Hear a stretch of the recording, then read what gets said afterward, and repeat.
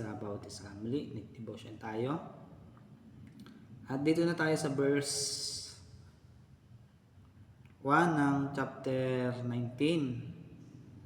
At yun, verse 1 hanggang 10 lang yung ating babasahin. At yun, umpisa na natin. Mas mabuti ang mahirap na marangal ang pamumuhay kaysa sa taong masalita ngunit wala namang nalalaman. Masugid man kung mangmang, walang papakinabang. Ang kawalan ng tiyagay magbubudli sa kaguluhan. Pinapahamak ng mangmang ang kanyang sarili pagkatapos si Yahweh ang kanyang sinisisi.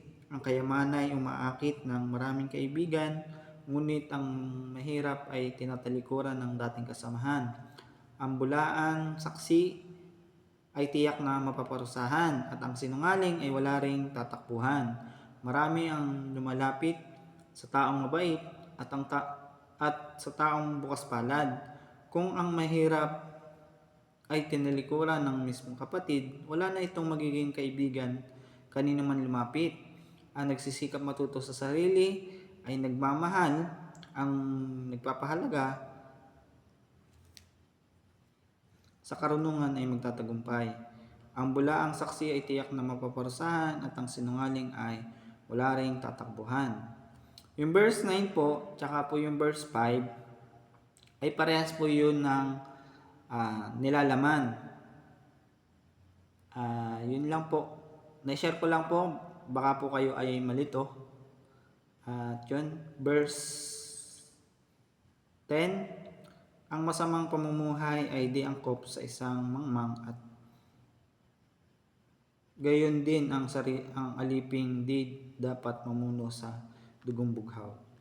Ang nakuha kong verse dito sa verse 1 hanggang 10 ng chapter 19 ay itong verse 8. Ang nagsisikap matuto sa sarili ay nagmamahal. Ang nagpapahalaga sa karunungan ay magtatagumpay. So, yun ang natutunan ko dito sa verse na to, na kung tayo ay patuloy na magsisikap, matuto sa sarili natin, ay tayo ay nagmamahal. So, yun.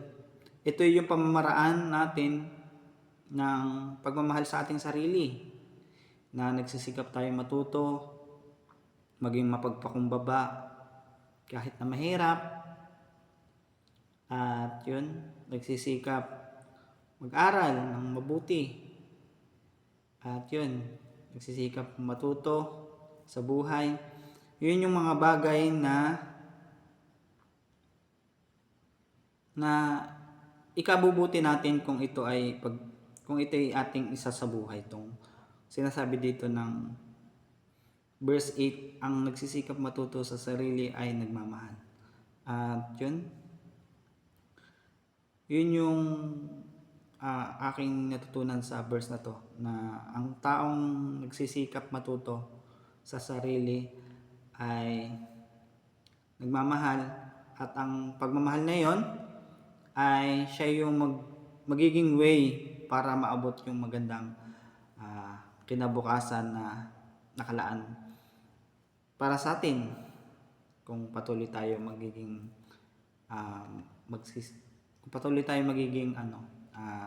matyaga at laging nagsisikap. At yun, kung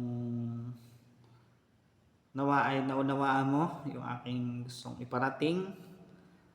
At yun, kung patuloy ka magsisikap matuto, ano man yung bagay na gusto mong matutunan na ikabubuti mo para sa iyong kinabukasan or sa iyong minamahal, ipagpatuloy mo lang yan, sapagkat ang nagpapahalaga sa karunungan ay magtatagumpay. At yun, sana ay naunawaan mo yung gusto kong iparating. At yun, hanggang dito na lamang. God bless. See you to next devotion. At yun, konti na lang itong ating babasahin. At yun, sa susunod na mga araw or buwan ay tayo ay dadako na sa mga ngaral. At yun, ito na lang siya. At So yun, ito na yung sunod natin. God bless. See you to next devotion. Bye-bye.